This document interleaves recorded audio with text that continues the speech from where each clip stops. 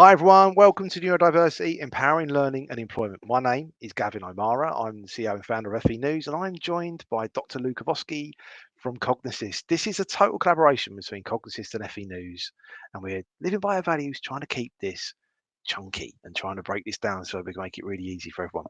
This is Real 5, Neuro-inclusion and the law. So Lou, I wonder if you could help us with this.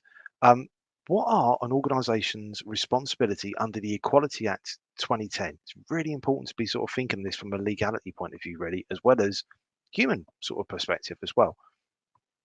Completely.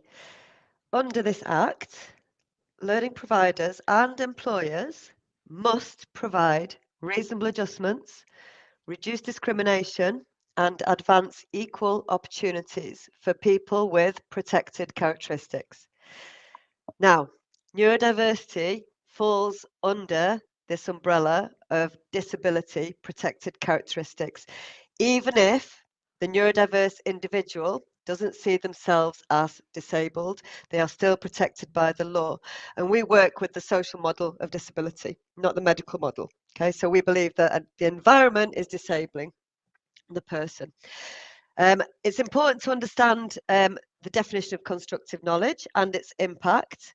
If the employment tribunal believes it is reasonable that an employer should have known about somebody's neuro differences and reasonable adjustments weren't made to support that person, the tribunal will find in favour of the employee. So what we're saying there is it's the employer's duty and responsibility to make sure everybody is supported if they need it, even if that disability or neurodiversity has not been disclosed. Managers and tutors need to receive appropriate training, and there should be clear governance from leadership on legal requirements and compliance, because this is such an important area. Yeah, no, that's really interesting.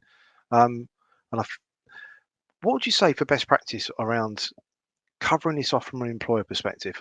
I would probably say it's from the get-go, isn't it, around how to be inclusive to all. But what have you sort of seen to how to support staff from an employer perspective?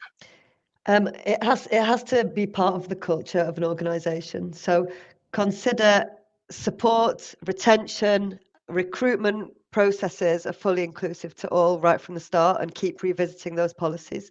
A really easy thing to do for neurodiversity is to draft a neurodiversity policy that you display on Yeah, your website. yeah, no, really cool.